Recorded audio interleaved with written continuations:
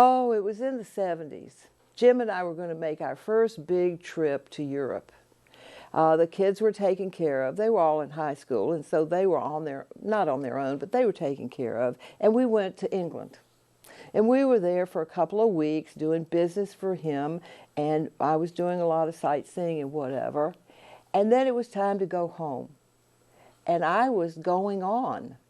Jim took me to Victoria Station and put me on a train headed for France to meet my friend.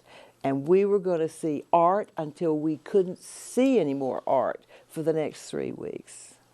He helped me up, put my bag on the rack, and as he got off and I saw him standing over on the platform, I felt kind of sick. What was I thinking that I was going on without him and he was flying home tonight? Well, but the train started to move and it was decided I was going. I was a little bit excited. I was looking forward to seeing the white cliffs of Dover. That was something I'd heard about since I was a child and never thought that I'd get to see it myself. Well, we got there. You come off the train, get your baggage, and then you go on to a big ferry boat on the channel that's going across to France. I hadn't thought about that really. So it happened, we got on. It was a beautiful sunshining day. The sky was blue. There were white clouds scuttling over from one side to the other. And there was the beginning of this feeling of movement with the ferry. The water was rough. I looked out for a while at the white cliffs of Dover, and then I wasn't interested in them anymore. I knew that I needed to find a place to settle where I would be near the ladies' room because my stomach was lurching from one side of me to the other inside my body. And that's how it was all the way across. A sick cookie. When I got to the other side, I got off and lurched to the other train and then just fell in a seat and went to sleep on the way to Paris. I didn't tell Marie much about that dilemma and disastrous trip over on, it's not that big a deal. It's a couple of hours, that was all, or it seemed like forever to me. And we went on about our business. And I didn't complain about it too much. It was just one of those things that had happened. Well, about 4 or 5 years later, Jim and I went together to Europe because our son was on his junior year abroad in Italy.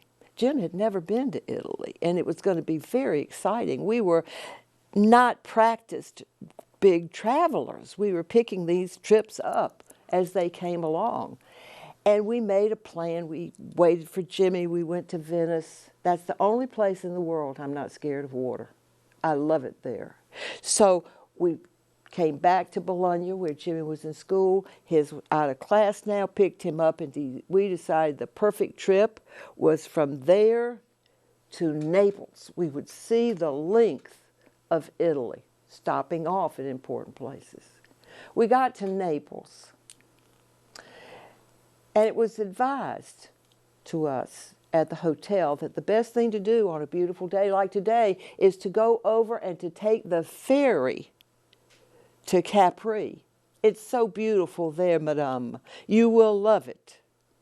And we rushed off in a taxi to get there in time to get the early ferry to Capri.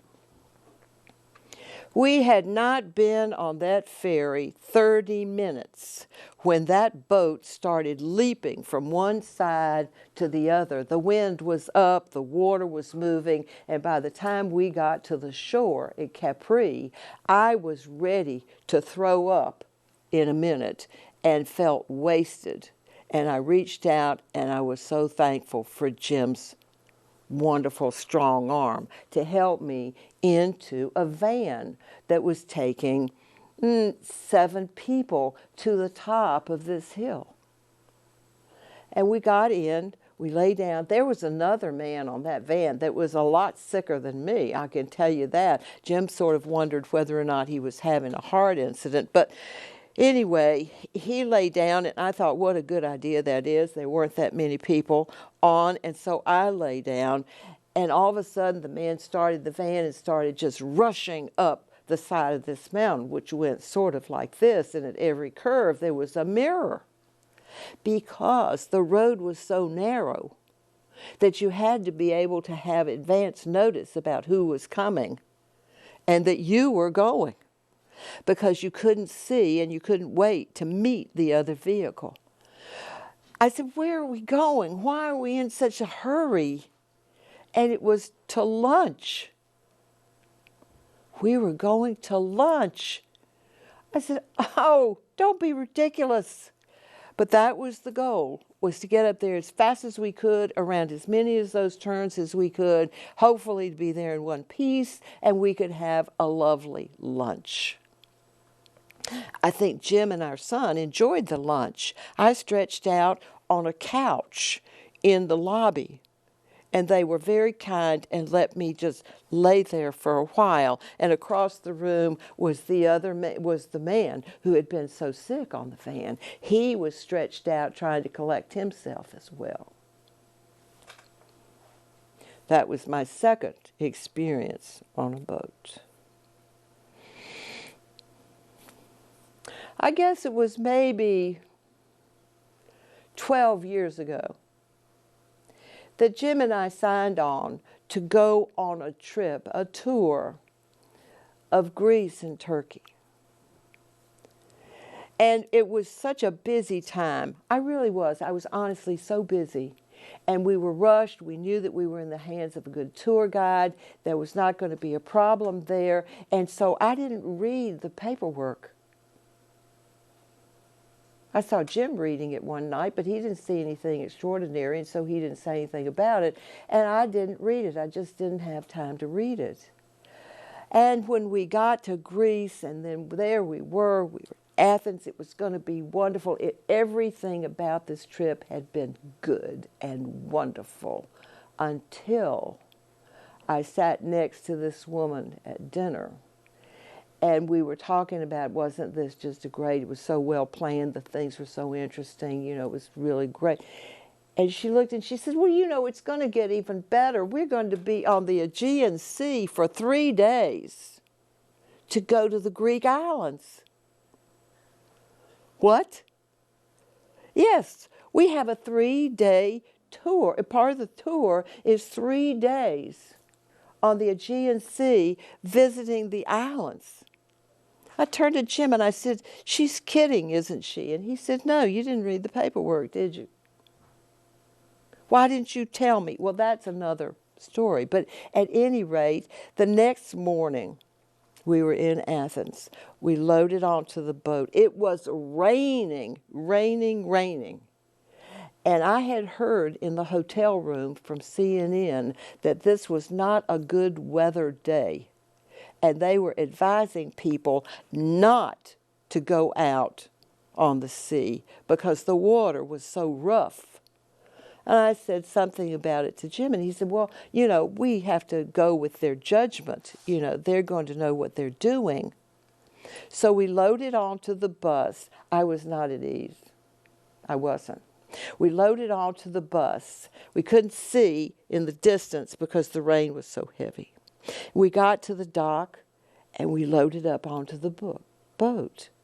Now, when we walked up onto the boat, we went into the reception room so that we could be taught how to put on our life preservers.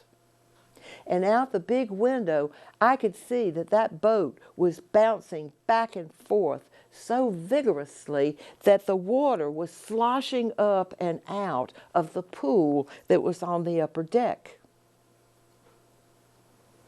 And as I put on my life preserver, I was not comforted. We hadn't even left the port yet, and now we're dressed for calamity.